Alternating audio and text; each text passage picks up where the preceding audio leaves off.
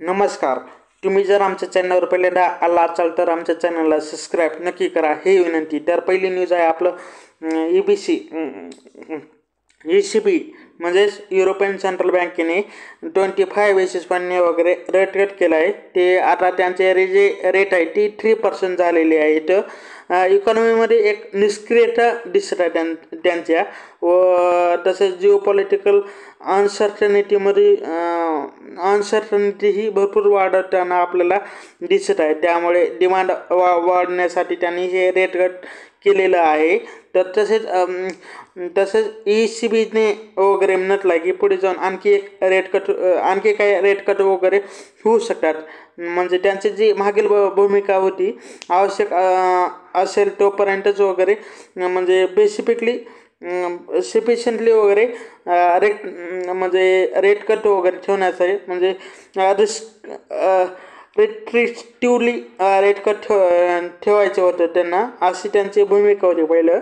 तर आता त्यांनी न्यूट्रल मॉनिटरी पॉलिसीची भूमिका घेत आहेत. ते म्हणजे जसे रिक्वायरमेंट असेल तसे त्यांची भूमिका वगैरे आता चेंज करणार आहे ते. तर जर पुढील म्हणलं तर आपल्या युनियन कॅबिनेटने वगैरे वन नेशन वन इलेक्शन हे बिल वगैरे पास केलं आहे. त्यांनी अप्रूव्हल हे बिल केलेलं आहे. हे बिल काय आहे म्हणजे जे आपलं सेंट्रल अँड स्टेट इलेक्शन जे अलग होतं म्हणजे ते ऑल इलेक्शन वगैरे आता एकत्र कंडक्ट केले जातील ऑल स्टेटमध्ये. तर त्यासाठी हे बिल त्यांनी आणलं होतं. म्हणजे युनियन कॅबिनेटने आता ह्याला पाससुद्धा केलेला आहे. तर याचा इम्पॅक्ट वगैरे कसा होईल म्हणजे तर काही स्टेटमध्ये याचा म्हणजे जी नॉर्मल टर्म असते काही स्टेटमध्ये म्हणजे गव्हर्नमेंटचे 5 इयरची टर्म वगैरे एका गव्हर्नमेंटची असते. एक गव्हर्नमेंट 5 वर्षासाठी राहतं, त्यानंतर इलेक्शन होतात. तर त्याला वगैरे काही स्टेटमध्ये आता त्यांचा जो टर्नओव्हर आहे तो कमी होऊ शकतो, कालावधी कमी होऊ शकतो. फॉर एक्झाम्पल जे आपलं सेंट्रल गव्हर्नमेंटने जे इलेक्शन वगैरे मेमध्ये झाले अँड रिसेंटली महाराष्ट्राचे इलेक्शन हे कंप्लीट झालेलं आहे, जे की सेंट्रल इलेक्शनच्या काही काळानंतर झालेलं आहे. आता पुढे जाऊन हे इलेक्शन वगैरे सेंट्रल इलेक्शनसोबतच वगैरे कंडक्ट केलं जाईल. म्हणजे करंट स्टेट गव्हर्नमेंटला वगैरे गव्हर्नमेंटचा वगैरे काही कालावधी वगैरे रिड्यूस वगैरे केला जाईल. तर आता all state election and central election वगैरे एकत्रच वगैरे कंडक्ट केलं जाईल. तसंच पुढील म्हणलं आपलं जे नोव्हेंबरमध्ये आपल्या इंडियाचं वगैरे रिटेल इन्फ्लेशन जे आहे ती 5.48% आलं आहे, जे की ऑक्टोबरमध्ये 6.21% होतं. यासाठी RBIचे टार्गेट मिडियम टर्मसाठी वगैरे 4% आहे. तर यामध्ये फूड इन्फ्लेशन जास्त आहे, जे की आपण रोज अनुभवत आहोत. म्हणजे अनुभव त्याचा घेत आहोत आपण रोज, जो की नोव्हेंबरमध्ये 9.04% होतं.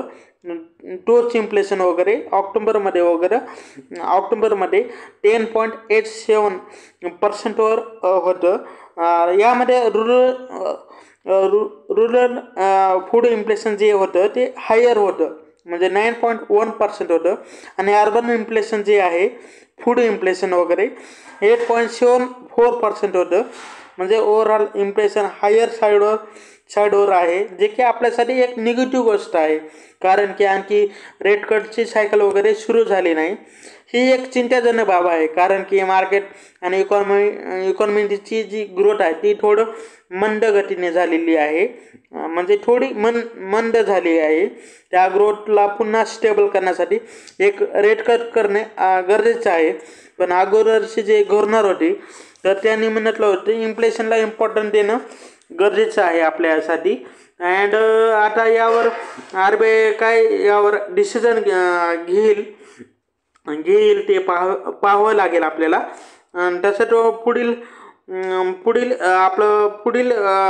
न्यूज आहे आपलं जे पब्लिक सेक्टरच्या बँक आहेत आपल्या, त्यांच्या जे थोड्याच कालावधीमध्ये त्यांचं फंडामेंटल जे आहे ते भरपूर इम्प्रूव्ह वगैरे त्यांनी केलं आहे. पण एक कन्सर्नची बाब होती FY24च्या एंडिंगला वगैरे तो म्हणजे ग्रॉस नॉन परफॉर्मिंग असेट जो होता तो 15% होता. म्हणजे ज्याला आपण शॉर्टमध्ये GNPA म्हणू शकतो. तर तोच आता म्हणजे सप्टेंबरमध्ये सप्टेंबर 2024मध्ये वगैरे 3.12% झालेला आहे, वर आलेला आहे. म्हणजे पब्लिक सेक्टर बँकेसाठी वगैरे एक बँकेमध्ये एक चांगली इम्प्रूव्हमेंट झाली आहे. म्हणजे एक डिफॉल्ट जे आहे डिफॉल्ट ही कमी झाला आहे व GNP जो आहे तो ही कमी झाला आहे PS. तर त्यामुळे एक प्रॉफिटेबिलिटी जी आहे ती वाढलेली आहे. म्हणजे कॅपिटल ॲड्युकेन्सी रेशो जो असतो म्हणजे इम्पॉर्टंट मॅट्रिक असतं कोणत्याही फायनान्शियल इन्स्टिट्यूशनसाठी वगैरे. तर त्याचा जो रेशो असतो तो सप्टेंबर 2024मध्ये वगैरे 15.4% झालेला आहे, जो की मार्चमध्ये वगैरे मार्च 2015मध्ये जो होतं ते 11.5% होतं. म्हणजे हे इथे बी चांगले परफॉर्म झालेलं दिसत आहे. व पब्लिक सेक्टर बँकेचं वगैरे FY24मध्ये 1.4 लाख करोडचे नेट प्रॉफिट होतं पब्लिक सेक्टर बँकेचं. अँड फर्स्ट हाफ इयर FY25ची गोष्ट केली तर ऑलरेडी 0.86 लाख करोड रुपीचं नेट प्रॉफिट वगैरे आपलं पब्लिक सेक्टर बँकेने वगैरे रेकॉर्ड वगैरे केलेलं आहे. लॉंग टर्ममध्ये एक चांगली ग्रोथ इथं आलेली दिसत आहे म्हणजे पब्लिक सेक्टर बँकेमध्ये असा वगैरे हा डाटा सांगत आहे आपल्याला. आणि त्याच्यात पुढील म्हणलं तर पुढील न्यूज आपल्या गव्हर्नमेंटने वगैरे 20,000 करोडच्या 20,000 करोडच्या 2 डिफेन्स प्रोजेक्टला वगैरे क्लिअरिफिकेशन वगैरे दिलं आहे. म्हणजे यासाठी कॅबिनेट कमिटी ऑफ सिक्युरिटीने वगैरे 2 अप्रूव्हल त्याने दिलेले आहेत, त्यांचे आलेले आहेत. तर first approval Hindustan aeronautics limited साठी आहे म्हणजे HEL साठी आहे. तर HELला या कंपनीला वगैरे HELला 12 फायटर जेट बनवण्याची ऑर्डर मिळाली आहे, जे की इंडियन एअरफोर्ससाठी वगैरे आहेत. त्याची व्हॅल्यू वगैरे जी आहे या ऑर्डरची ती 13,000 करोड रुपीची आहे. त्यासोबत L&Tलाही ऑर्डर मिळाला आहे. 100 kg वर्जन आपलं ओझरा सेल्फ प्रोवाइडेड आपलं हॅवी चार्जन्स चे एक ऑर्डर त्यांना मिळाली आहे. म्हणजे 100K9 आपलं हॅविटेजेस वगैरे ऑलरेडी वगैरे आर्मीमध्ये आपल्या आहे. तर ते आता रिपीट ऑर्डर वगैरे L&Tला वगैरे दिलेलं आहे आपलं गव्हर्नमेंटनं वगैरे. त्याच्यात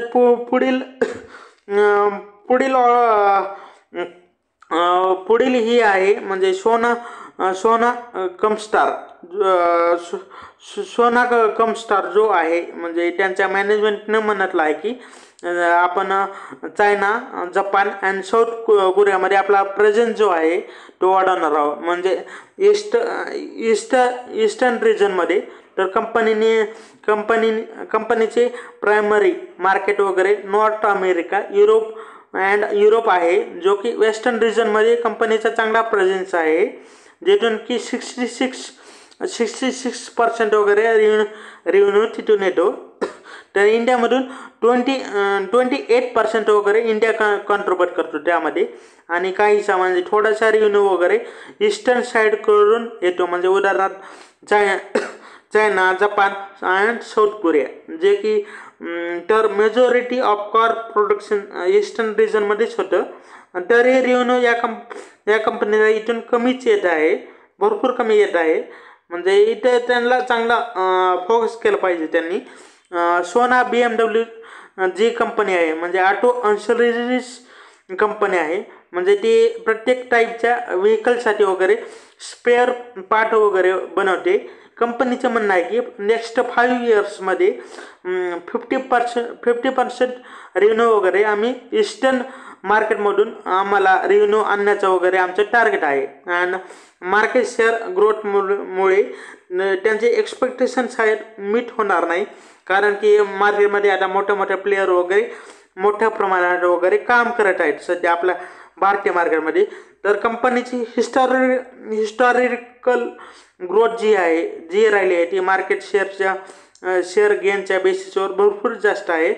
पण म्हणजे अँड परफॉर्मन्स बी चांगला आहे कंपनीचा. तर तसेच म्हणजे याच ग्रोथला कंटिन्यू ठेवण्यासाठी कंपनी आता न्यू मार्केट वगैरे एक्सप्लोर वगैरे करणार आहे. अँड तिथूनच नेक्स्ट लेवलची ग्रोथ वगैरे कंपनी पाहत आहे. अँड कंपनीकडे सध्या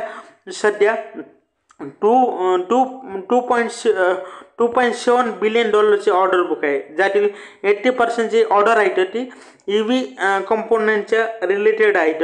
तर कंपनीने रिसेंटली वगैरे म्हणजे एस्कॉन कुबेटा कडून वगैरे त्यांचं रेल्वे इक्विपमेंट डिव्हिजन जे आहे ती खरेदी केलेलं आहे. कंपनी नेक्स्ट लेवलची वगैरे ग्रोथ करत आहे. तसेच कंपनी एक्सपांड ही स्वतःला करत आहे, ही एक चांगली गोष्ट आहे. तसंच पुढील बातमी आहे आपलं जेकी टायरला एक जर्मनी अँटिडिस्कोकडून 30 मिलियन युरोजची फंडिंग वगैरे मिळाली आहे. म्हणजे जर्मनीच्या DEG कंपनीने वगैरे 30 मिलियन युरोज वगैरे कंपनीला दिलेली आहेत. तर जेके टायर्स जे की मध्य प्रदेशमध्ये येणार आहे, पॅसेंजर कार्स रेडियल टायर्स फॅसिलिटीला वगैरे सेटअप करण्यासाठी वगैरे हे त्यांना लोन वगैरे मिळालेलं आहे. तर हे जे प्रोजेक्ट आहे ते 114 मिलियन युरोचे वगैरे आहे, ज्यातील आताच कंपनीने वगैरे 30 मिलियन युरोजची फंडिंग वगैरे कंपनीने ऑलरेडी वगैरे आता रेज केलेली आहे असं म्हणू शकतो. पण पॅसेंजर कार रेडियल सेगमेंटमध्ये कंपनी आपला प्रेझेंट स्ट्रॉंग करण्यासाठी कंपनी प्रयत्न करत आहे. अँड त्यामुळेच न्यू फॅसिलिटी वगैरे सेटअप करत आहे मध्य प्रदेशमध्ये. तर तसेच आपलं पुढील न्यूज आहे आपलं झोमॅटो. तर झोमॅटोला वगैरे आपलं त्यांना वगैरे एक ठाणेच्या म्हणजे महाराष्ट्र ठाणेच्या GST डिपार्टमेंटकडून जवळपास 800 करोड रुपयाचे वगैरे GST डिमांड नोटीस वगैरे झोमॅटोला मिळाली आहे. तर त्यातील 800 करोड जी आहे ती GST आहे आणि बाकी जी आहे ती इंटरेस्ट अँड पेनल्टी आहे. डिपार्टमेंटचे म्हणणं आहे डिलिव्हरी चार्जेसवरील GST प्रॉपरली पे केलं नाही कंपनीनं, त्यामुळे ही नोटीस वगैरे दिली आहे. तर कंपनीच्या मार्केट कॅपच्या समोर ही 800 करोड छोटीची रक्कम होऊ शकते, पण नेट प्रॉफिटला जर कम्पेअर केलं तर 800 करोड ही अमाऊंट वगैरे मोठी होऊ शकते. तर कंपनीचे म्हणणं आहे की आम्ही या नोटीसला वगैरे लिगली फेस करणार आहोत आणि ही नोटीस जी आहे डिमांड नोटीस हिला खारिज करण्याचा आम्ही प्रयत्न करणार आहोत असं कंपनीने म्हटलं आहे. तसंच पुढील म्हणलं तर आपलं ह्याचीच आहे आपलं झोमॅटोचीच. तर झोमॅटोनं वगैरे आपलं ब्लिंकिट आहे त्याच्या अंडर बिस्ट्रो नावाचं वगैरे एक ॲप लॉन्च केलं आहे. म्हणजे क्विक कॉमर्समध्ये आणखी एक प्लेयर मोठा आहे जिप्टो. तर त्यांनी जिप्टो कॅफे नावाचा एक ॲप लॉन्च केला आहे.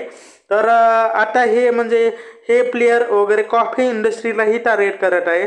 10 मिनिटात फूड डिलिव्हरीचे मॉडेल हे त्यांनी तयार केलेलं आहे. बेसिकली मग जे आयटम वगैरे ऑलरेडी म्हणजे प्रिपेड वगैरे असतात त्यांची जी डिलिव्हरी आहे ती 10 मिनिटात डिलिव्हरी होऊ शकते. फॉर एक्झाम्पल चहा, coffee, samosa and bakery items तर या सर्वांसाठी आपले म्हणजे या सर्वांसाठी वगैरे कंपनीने आपलं एक न्यू ॲप वगैरे लॉन्च करत आहेत कंपन्या. तर त्यामध्ये लिमिटेड आयटम असतील पर यामध्ये 3 मोठे बिग प्लेयर्स आहेत. एक म्हणजे स्विगी, म्हणजे स्विगी बोर्ड ऑपरेशनल आहे त्यांचा एक या सेगमेंटमध्ये. तर आपलं झिप्टो, तर झिप्टोनं वगैरे झिप्टो कॉफी वगैरे ऑलरेडी त्यांनी लॉन्च केलेलं सुद्धा आहे. तर आणि आता ब्लिंकिटने आपला ब्लिंकिट बिस्ट्रो नावाचं वगैरे ॲप त्यांनी लॉन्च करणार आहेत, केलीच आहेत म्हणा की. तर तसेच स्विगी अँड झोमॅटोच्या CEOनी रिसेंटली म्हटलं आहे की त्यांच्या इंटरव्ह्यूमध्ये, तर क्विक कॉमर्स इंडस्ट्रीला नेक्स्ट लेवलला घेऊन जाण्यासाठी हे 10 मिनिट डिलिव्हरी जे मॉडेल आहे ते की ड्रायव्हर वगैरे ठरू शकतं असं त्यांनी म्हटलं आहे. त्याच्यात पुढील आपलं पुढील लगेच न्यूज आपलं NLC इंडियाने आपले first super critical power plant वगैरे ऑपरेशनल केला आहे. म्हणजे जे की आपलं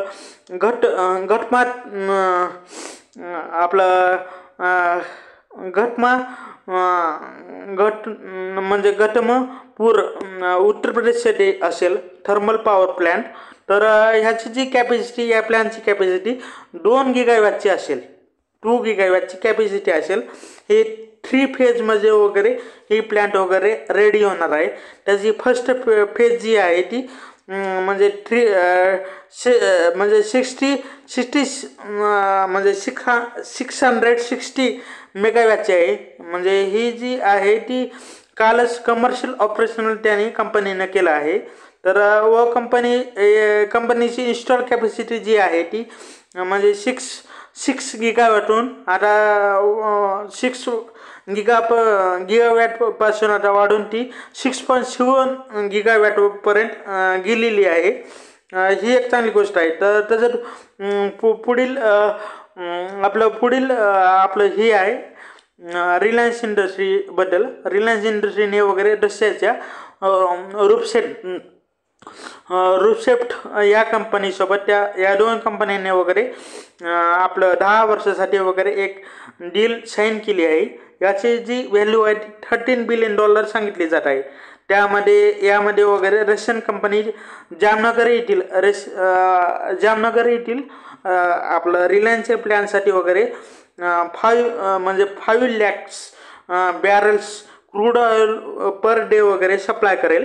तर रशिया युक्रेन वारनंतर युरोपियन युनियनने वगैरे रशियन ऑइलवर बॅन लावलेलं आहे. त्यानंतर इंडियासाठी एक चीप सोर्स वगैरे बनला आहे. म्हणजे स्वस्त ऑइल वगैरे रशियाकडून इंडियाला मिळत आहे. तर शेवटी आपल्या व्हिडिओला लाईक आणि चॅनलला सबस्क्राईब करा. हीच विनंती. हा व्हिडिओ पाहिल्याबद्दल धन्यवाद. थँक्यू.